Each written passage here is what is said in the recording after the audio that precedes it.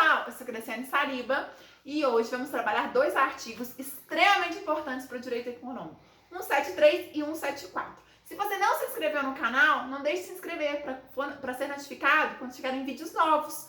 Então vamos lá. O artigo 173, ele traz pra gente quando o Estado vai poder atuar como concorrente com o privado, com o particular. O que quer dizer isso? O Estado pode montar uma empresa? Eu sempre costumo pensar num caso, o Estado pode montar uma empresa, uma fábrica de calçados? A primeira resposta que a gente dá é, não, claro que não é função do Estado.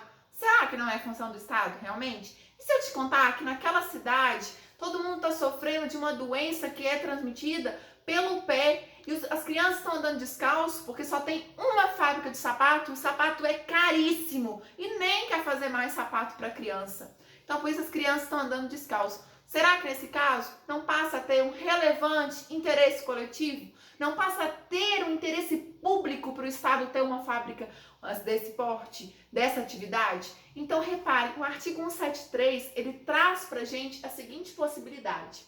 A participação direta do Estado na exploração da atividade econômica. Mas é uma situação de exceção. E aí, quando a gente vai ter? Quando tiver os imperativos de segurança nacional ou interesse coletivo. Para a segurança nacional também. Então, se o Estado vê que fazer arma, pólvora, por exemplo, é perigoso, o Estado pode ir lá e montar uma fábrica de pólvora? Pode, porque há uma segurança nacional. Então, isso vai ser analisado e claro que é justificado, não é simplesmente o Estado ir lá e abrir. E se o Estado justifica o interesse coletivo, ele pode sim ter aquela fábrica.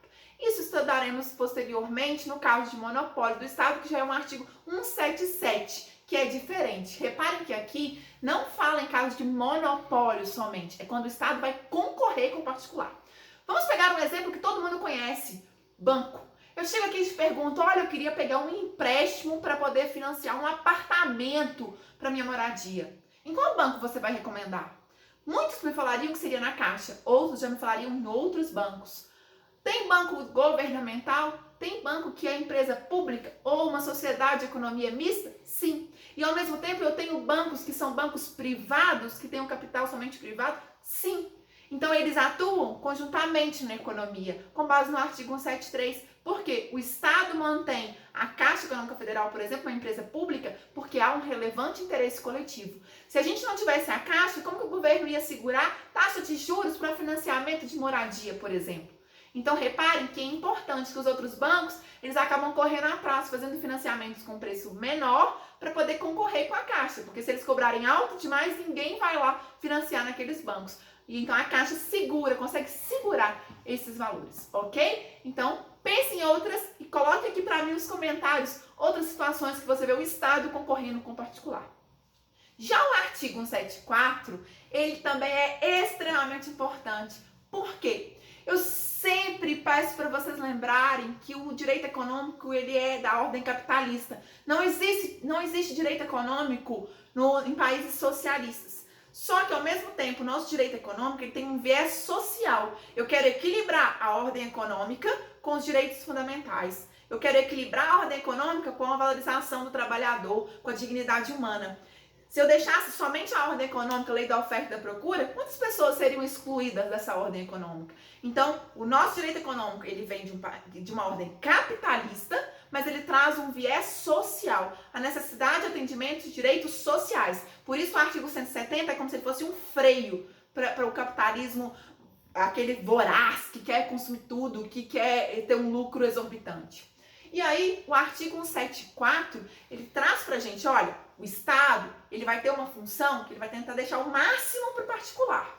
Mas em determinadas funções, em determinadas atividades, é o Estado mesmo que vai ter que explorar. Como a gente tem um caso de atividades essenciais. Então, se vocês forem lá no artigo 6º, por exemplo, e verem aqueles direitos sociais, aquelas atividades ali, muitas são atividades essenciais e seriam exploradas pelo Estado, porque ele entende que há um interesse público, há um interesse coletivo naqueles casos.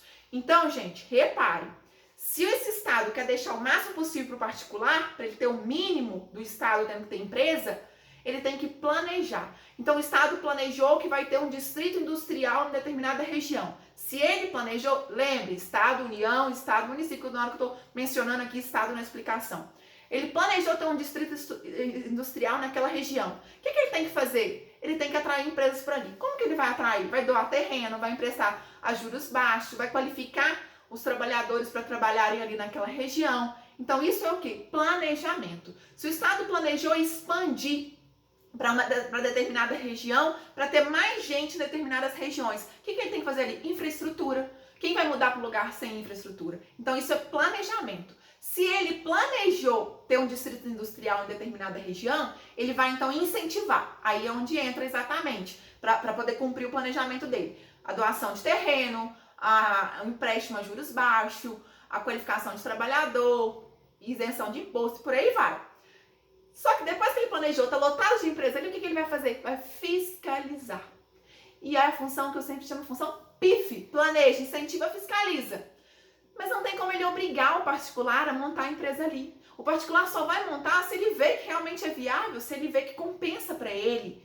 Então, para o setor privado, não tem como o Estado o obrigar. Ele apenas direciona, ele apenas indica. A gente fala que o Estado, nesse caso, ele tem uma função indicativa. Enquanto o Estado, para o Estado mesmo, ele já tem uma função que ele pode obrigar, ele pode, aqui no caso, ser determinante. Então, olha o que diz o artigo 174 da Constituição. Como agente normativo e regulador da atividade econômica, o Estado exercerá, na forma da lei, as funções de fiscalização, incentivo e planejamento, sendo este determinante para o setor público e indicativo para o setor privado.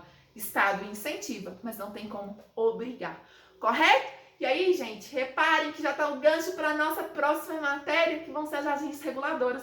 O Estado incentivou tanto a ter concorrência, por exemplo, na telecomunicação, tem tantas empresas, se você quer adquirir um chip de celular, quantas empresas tem?